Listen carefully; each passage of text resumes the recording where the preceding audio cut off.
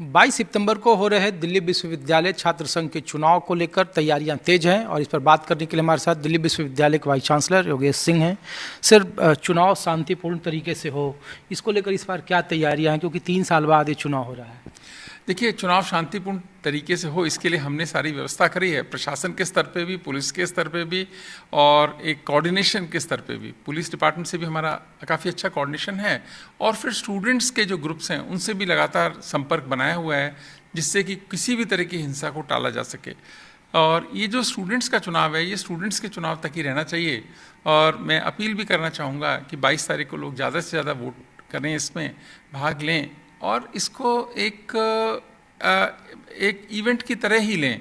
इससे ज़्यादा लेने से क्या होता है कि इतनी रंजिश हो जाती है और जिस तरह से स्टूडेंट्स में झगड़ेबाजी हो रही है, ये इंटरेस्ट में नहीं है, इसको हमें अवॉइड करना चाहिए। इसीलिए ये सवाल पूछा जा रहा था कि जब कैंपेन खत्म हो गया, जब वोटिंग की शुरू, क्योंकि इस बार आप लोगों ने एक सवाल जो मतदाताओं के लिए कि सर चूँकि इवनिंग और मॉर्निंग सेशन है तो वोटिंग का टाइम क्या होगा, मतदान जो स्थल है उसकी क्या व्यवस्था है, काउंटिंग जब होगा उसमें भी आप लोगों ने इस बार जगह में बदलाव किया है, तो वो क्या व्यवस्था? नहीं, देखिए ऐसा है कि वोटिंग तो सुबह से शुरू हो जाएगी। जहाँ तक जगह बदलाव की बात है ना, वो हमारा एक मजबूरी हो गई। पहले पुलिस लाइन में होती थी, वो जो पुलिस डिपार्टमेंट की जगह है वो किसी और काम के लिए पहले से बुक है। फिर हमने सोचा कि हम अपनी जगह लेते हैं, हमारे पास भी बहुत सारी जगह हैं, तो कॉन्फ्रेंस सेंटर एक अप्रोप्रिएट प्लेस सबको लगा, तो काउंटिंग वहाँ पर होगी। वो पहली बार वहाँ हो रही है, पर किसी को घबराने की ज़रूरत नहीं है। वो सफिशेंट स्पेस है, अच्छी जगह है और ठीक ठाक हम उसको निपटाएंगे। रह गई बात कि जो स्टूडेंट्स हैं इवनिंग और मॉर्निंग, क्योंकि पूरे दिन चलेगी वोटिंग चलेगी, किसी आप कभी भी आके वोट कीजिए, कोई परेशानी की बात नहीं है। वोट करने हमको आना चाहिए।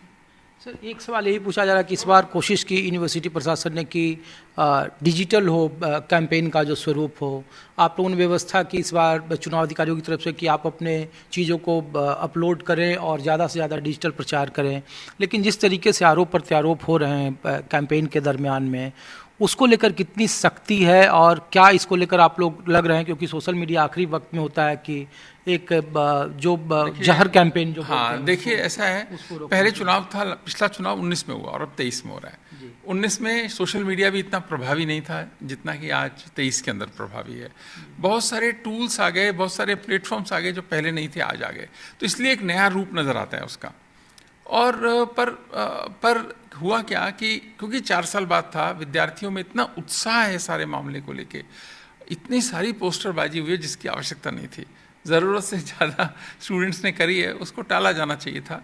पर चलिए, अब नई उम्र है, नया जोश है, लेकिन मुझे तो लगता है कि कोई परेशानी नहीं आएगी, सब ठीक ठाक हो जाएगा। एक आखिरी सवाल है सर कि जो चूँकि इस बार ईवीएम का इस्तेमाल हो रहा है डूसू के लिए, चुनाव के लिए, लेकिन जो कॉलेजेस के जो बॉडी के चुनाव उसके लिए बैलेट पेपर आप कर रहे हैं, तो काउंटिंग सेंटर पर क्या ईवीएम और बैलेट पेपर का जो बक्सा होगा उसकी क्या व्यवस्था है, किस तरीके से वो इम्प्लीमेंट होगा? ये नहीं, देखिए ऐसा होगा ना, जब आप पहला तो वोटिंग की बात है, पहले आप डूसू के लिए वोट करेंगे, उसके बाद कॉलेज के लिए वोट करेंगे। हमारे पास उतनी ईवीएम नहीं थी कि कॉलेजेस में भी वो किया जा सके, ईवीएम से चुनाव किया जा सके।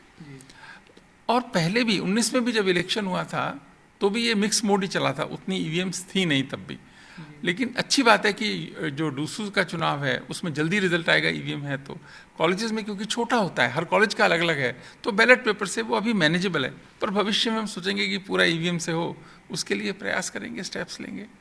शुक्रिया सर। तो योगेश सिंह हैं दिल्ली विश्वविद्यालय के वाइस चांसलर और कह रहे हैं कि शांतिपूर्वक मतदान के लिए जो कोशिशें विश्वविद्यालय प्रशासन की तरफ से हो सकती है वो होंगी।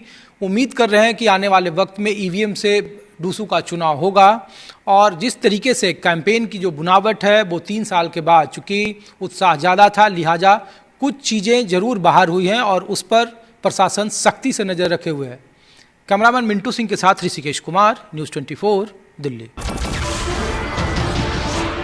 नमस्कार, मैं हूं मानक गुप्ता। अगर आपको हमारा ये वीडियो पसंद आया हो तो इसे लाइक और शेयर जरूर करें और हाँ, हमें सब्सक्राइब और फॉलो करना ना भूलें ताकि आप देश और दुनिया की कोई खबर मिस ना करें। तो जुड़े रहिए हमारे साथ और देखते रहिए न्यूज़ 24।